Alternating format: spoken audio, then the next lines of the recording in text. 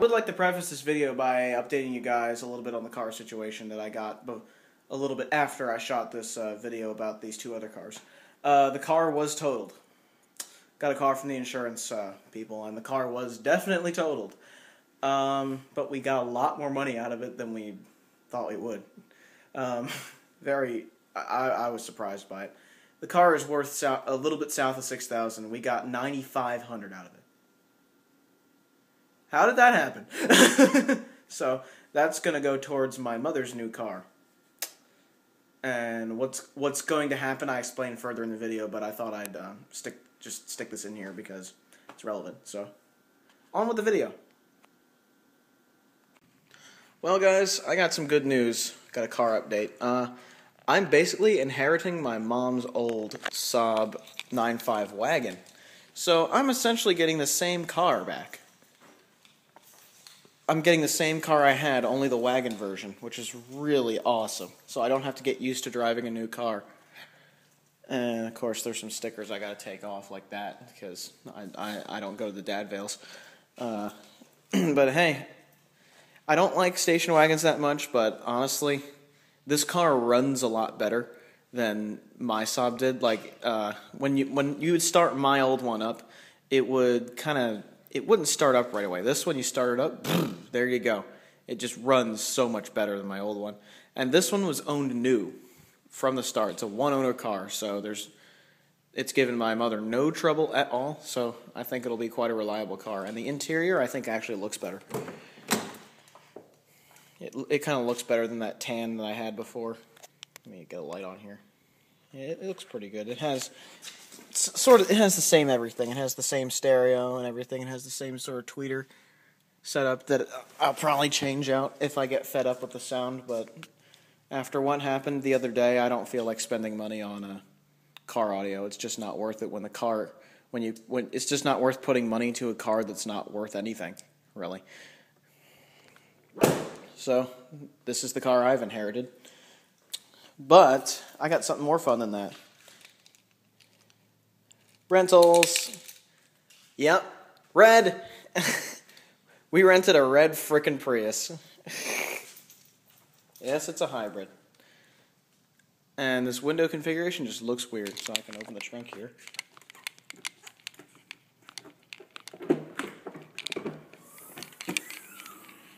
Trunk space in the back of these is not that bad, actually. And it has hooks right here, so you can hook things to the trunk. It smells new. There's a little light back here, which is kind of nice. I see the appeal of the Prius now that I've actually gotten to see one up close and peek at it. I haven't driven it yet, but I plan to. I'll take you guys along for that ride. So let me stick the keys in here. I'll pop the hood, and we'll see what's inside a Prius.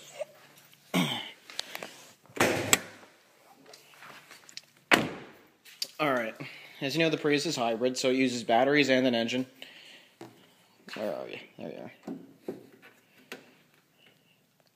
There you have it.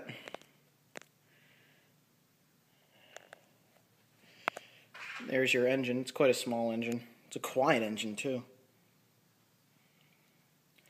Just take a slow look throughout this thing. I don't know what this module is right here. That might be, that's probably a computer or something.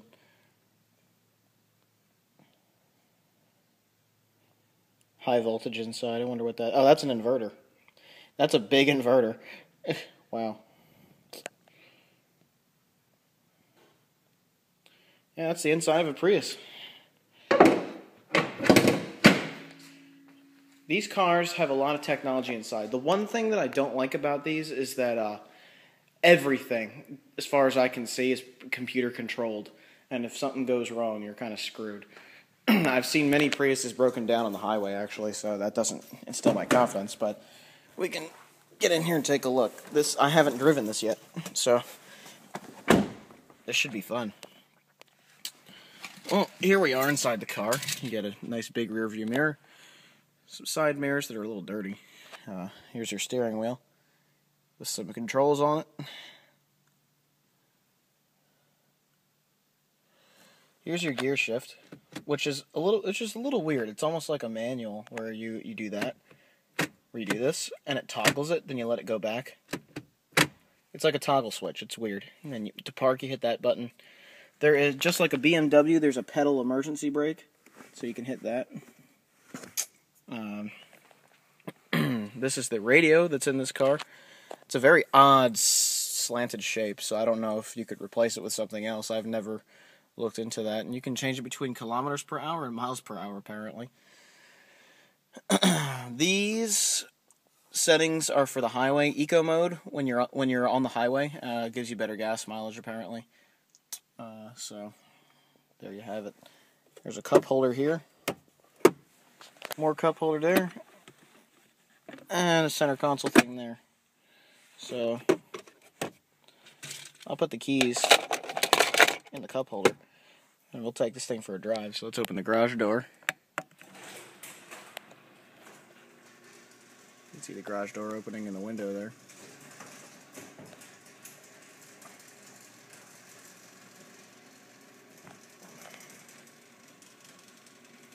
Okay, now to turn this thing on, the first thing you do is hit the brake.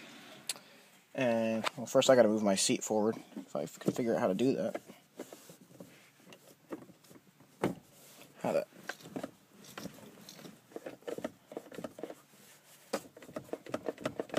actually pull this lever.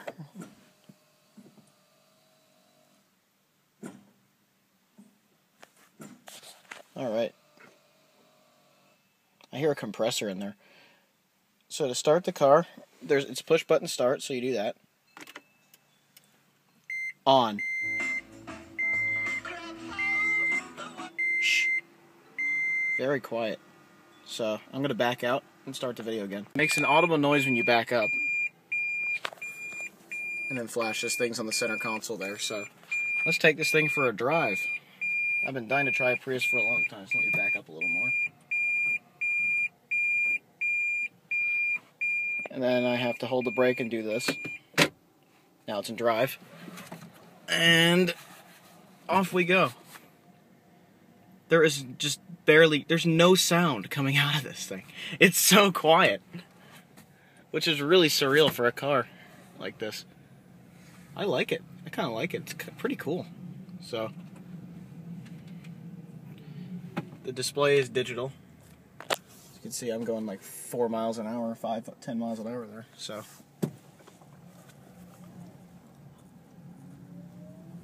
I have to hit the gas a little more than I would in another car. So, the brakes are nice and strong. It's like a pump. It's kind of cool. And then we got wait for traffic. Then I can actually take this thing for a spin. Man, this thing is cool. I like this car. I can definitely see the appeal of it.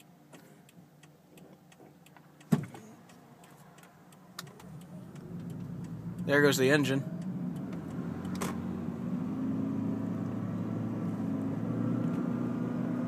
Oh yeah, there's the engine. So that's what the engine sounds like. This car is pretty cool. I actually like this. It's not that bad at all. I'd drive one.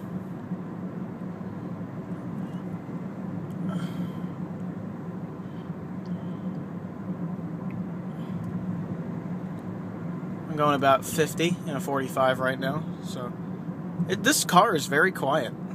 Drives very, very smoothly. I can definitely see the appeal of these Toyotas, these Priuses. They're nice. They're very nice cars. The only thing about these, though, is the thing that concerns me is battery technology. Battery technology is very young, so who knows how long the batteries in this car will last. I don't know if they use lead acid or lithium ion or what they use in here, but from what I understand, there are quite a few batteries in here. And when those go bad, I bet they're very expensive to replace. So that would be my only real concern with Priuses. That and that whole accelerator issue. But the accelerator in this car feels absolutely fine. So I don't see a problem. So we're driving through the neighborhood here. Alright. What's nice about these is they don't use much gas. But the problem is that they aren't cheap. The problem with green energy and alternative energy is it's not cheap enough yet. Once it gets cheaper, it will be more widely used. So, this car, I'm loving the feel of this car so far. It drives very, very nicely. Compared to the Saab, you have to give it quite a bit more gas to get it to go, because it doesn't have a turbo, but that's really not that big a deal. Wonderful, wonderful feeling car to drive. It drives very smoothly, and just it glides across the road, and it's very quiet, which is just kind of surreal to be in a car that's this quiet. So, my impression so far is I like this Prius, but personally I wouldn't get one because the technology is just too young for my taste. I'd be worried about things failing this early on in a hybrid's life. So, I can definitely see the appeal of the car, though. It's quite nice. It doesn't feel quite as natural as driving something like a Saab. A Saab, you can actually like feel everything. This you can't really feel much. You have to go by the gauges, and you have to go by just perception of how fast you're going and whatnot. So, you know, it's not all. The Prius is less about feel when you're driving as it is. It's just quiet and smooth and nice. I like feeling what's going on as I drive, just because it gives you more feedback, more like not tactile feedback, but just, you know, sensory feedback is probably the best way to describe it.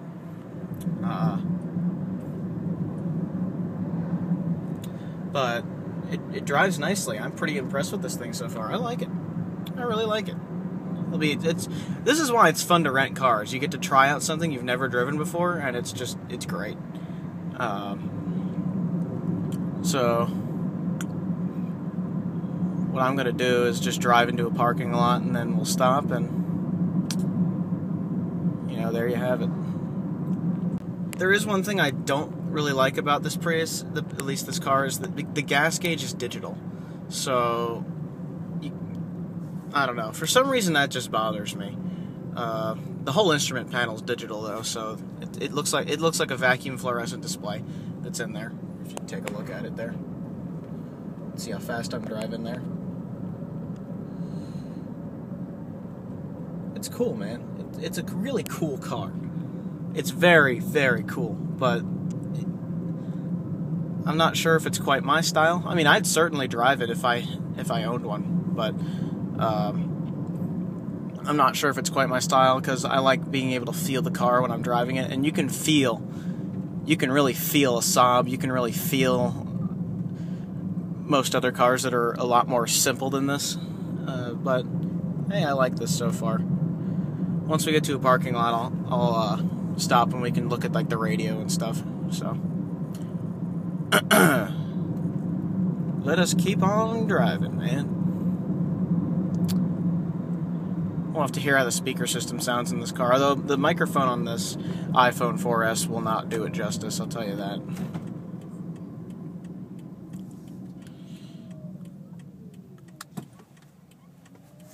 So quiet.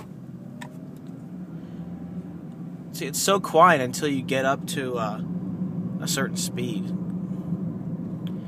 And when you turn it on, it takes a while for the engine to kick in. It just runs it runs a little bit on battery at that point. So, you know. I should also say this is the first time I've driven a Prius, so this is you're seeing me drive it for the first time without any, you know, real. It doesn't take much getting used to for me. The field of view, though, the depth perception's very different from most cars. I can't see my hood, which is just weird to me. But it's not too hard to get used to. It's alright. There's a guy in a van there. So, let us go. Oh, we got a stoplight, man.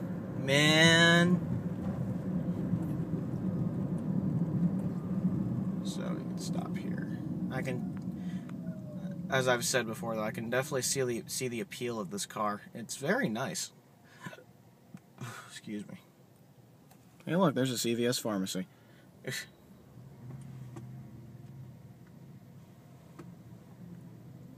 so quiet. I can't get over how quiet this car is. It's really, really crazy. Oh, man. Stoplight. Son of a...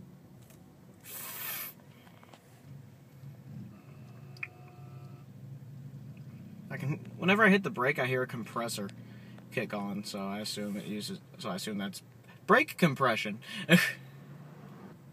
Here's a Ford F-150, which is another car I have a lot of respect for. Those things are tough as nails. Chevy S10s are as well. This car, I don't know about it being tough as nails. And I'm not sure how safe it is. What the muffler or the exhaust pipe is actually like rattling and shaking on that Ford F-150. That's weird. As far as this thing being safe, I'm not the most confident in the world, but because after seeing my Saab, go, you fucking idiot, Jesus. Pennsylvania drivers, man, they're retards sometimes. Alright, here we go. Pulling into a shopping center with a Super Fresh and a Radio Shack, and yeah, this is the Radio Shack I go to, is in this shopping center. Don't run right into me, buddy. Nobody stays in their lane around here. It's ridiculous. Oh, that's a weird looking Jeep. Alright, so let's go up to the parking lot.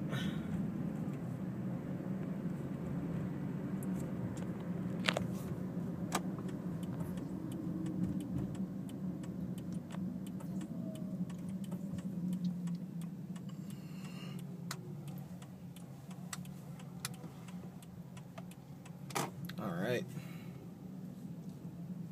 There's Radio Shack. So, pull in right here to this parking space. That's rather crappy parking, so let me fix that. Alright, and to park, I just do this. Done. And then I can hit the parking brake if I want to, so there you go. I'm going to leave the car on because I want to check out some of the controls up here. So here's the radio. It has a CD player. To turn the thing on.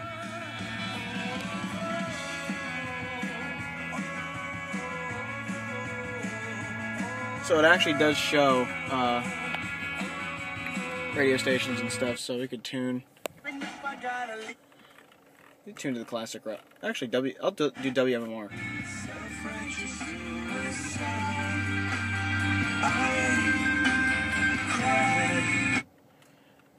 The sound in this car is kind of flat and bland.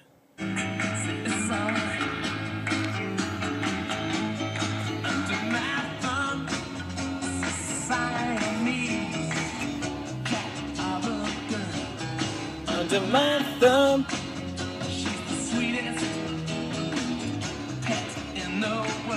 The radio has pretty cool functionality, but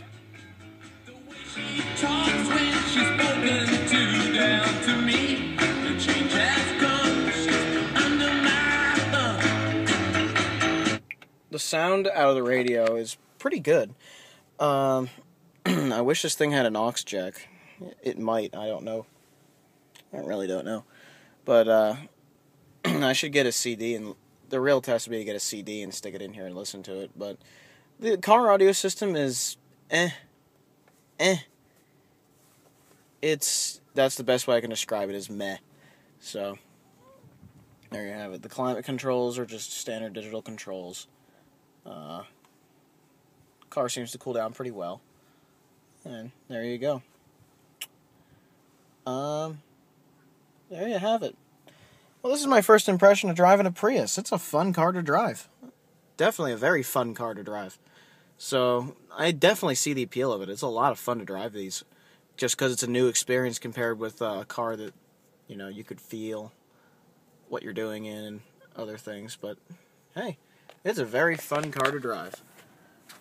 Here's more of the instrument paneling. There's the fuel gauge. I'm going 0 miles an hour. You get a consumption chart, which is kind of cool. lets you know the brake is on over there. And there you go. Very fun car. Very, very fun car. One thing I just noticed is that there's actually vents like right there by the seats. It's an interesting design. So, there you have it. Hope you guys enjoyed watching me drive a Prius for the first time. Very fun car, guys. Well, what the hell. I went and got a CD. Yes, it's this CD again. I definitely recommend this if you like singer-songwriters from the 70s. There is a male and female version of this album. So, it's out there on Amazon if you want to get it. I definitely recommend it. So, we're going to see what a CD sounds like in the audio of this Prius. So, let's turn it on. Man, I gotta go get the keys. Okay, so I backed out again. Now let's stick a CD in here. Just sticks it right in there. So let's hear this.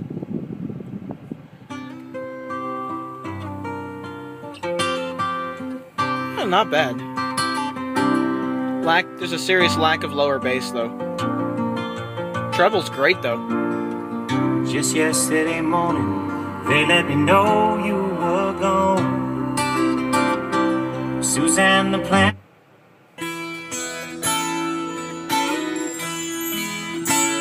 Yeah, it sounds pretty damn good. It's just that it's lacking lower bass in the back, so.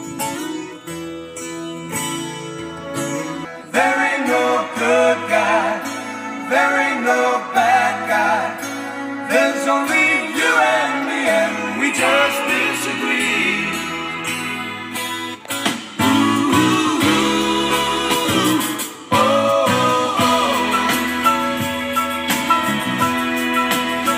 Wow, not bad at all. The treble is a lot better than the sobs, I'll tell you that.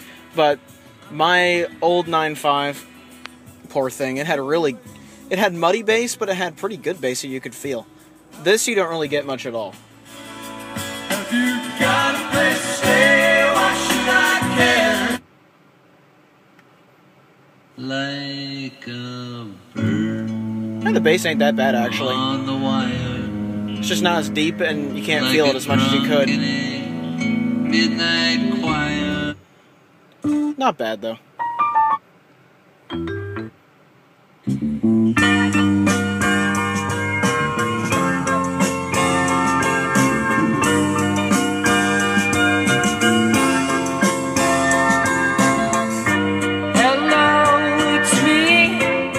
Definitely sounds pretty damn good for a stock audio system. The only thing it really needs is bass. It's very lacking in the bass department, so that's the one thing I would change if I had a Prius. If I had a Prius to own, I'd probably make sure there was more bass.